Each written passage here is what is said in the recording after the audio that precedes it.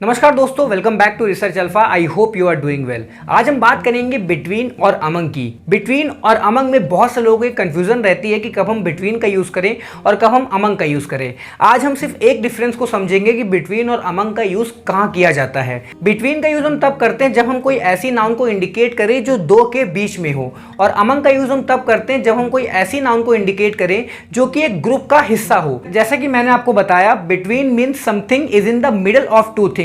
दो चीजों के बीच में अगर हम कोई चीज को इंडिकेट कर रहे हैं तो ऐसी सिचुएशन में हम प्रीपोजिशन बिटवीन का यूज करते हैं।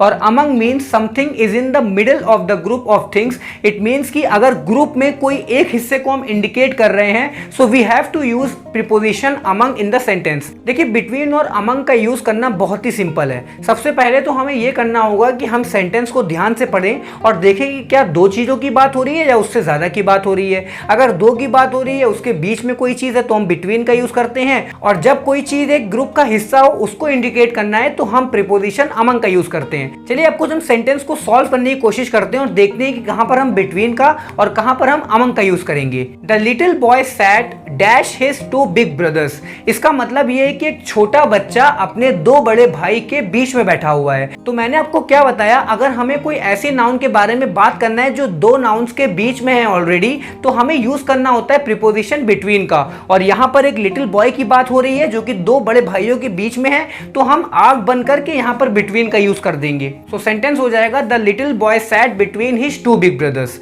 Second sentence, ants live in colonies dash each other. Colonies मतलब होता है ग्रुप ऑफ एंट, यानी कि एंट का एक ग्रुप होना। अब उसमें से हमें कुछ हिस्सों की बात करनी है, तो ऐसी सिचुएशन में तो मैंने आपको बताया कि जब हम कोई ग्रुप के हिस्से की बात कर रहे होते हैं, उसके बारे में कुछ बता रहे होते हैं, तो हम यहां पर अमंग का यूज करते हैं। तो सेंटेंस बनेगा ants live in colonies among each other। Third sentence, Bill was dash the students who won. So यहां पर लिखा हुआ है कि स्टूडेंट्स में से सिर्फ बिल ही था जो जीता। अब यहां पर देखिए स्टूडेंट्स की बात हो रही है, ग्रुप ऑफ स्टूडेंट्स की बात हो रही है, और हमको सिर्फ उसमें से एक इंसान की बात करनी है, यानी कि ग्रुप के एक हिस्से की बात करनी है। तो मैंने आपको बताया ऐसी सिचुएशन में तो हम प्रीपोजिशन अमंग का ही यूज करेंगे। सो सेंटेंस बनेगा bill was among the students who von. Fourth sentence, the T shirt cost dash 20 and 30 dollars. तो टी शर्ट की कॉस्ट है 20 और 30 डॉलर्स के बीच में। तो देखिए दो की बात की गई है, 20 और 30 डॉलर, और उसके बीच में, तो ऐसी सिचुएशन में तो हम जानते हैं बिटवीन का यूज करेंगे। सो वी हैव टू से the T shirt cost between 20 and 30 dollars. Fifth sentence, a river dash the two mountains,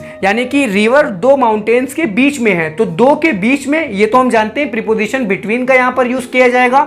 sentence होगा the river between the two mountains. Sixth sentence, we arrived dash 4 and 5 o'clock। हम पहुंचे 4 और 5 clock के बीच में। It means कि 4 और 5 बजे के बीच में हम पहुंचे। तो दो नाउन की बात हो गई है और उसके बीच में हम पहुंचे, तो ऐसी सिचुएशन में भी हम बिटवीन का ही यूज करेंगे। सो सेंटेंस होगा we arrived between 4 and 5 o'clock। अब आपको मुझे कमेंट बॉक्स में 7 का आंसर बताना है कि यहां पर हम बिटवीन का यूज करें या फिर अमंग का यूज करें। सेंटेंस है the girl disappeared dash the crowd. चलिए इसका आंसर आप मुझे कमेंट बॉक्स में बताएंगे कि क्या हम यहां पर बिटवीन का यूज करें या फिर अमंग का यूज करें। अगर आपको कोई भी डाउट्स होते हैं तो मुझे कमेंट करिए, ताकि मैं आगे आने वाले वीडियो में उस डाउट को क्लियर कर सकूं। चलिए नेक्स्ट वीडियो में मिलता हूं, तब तक के लिए अपना ख्याल रखिए, पढ़ते रहिए। Thank you so much. जय हिंद।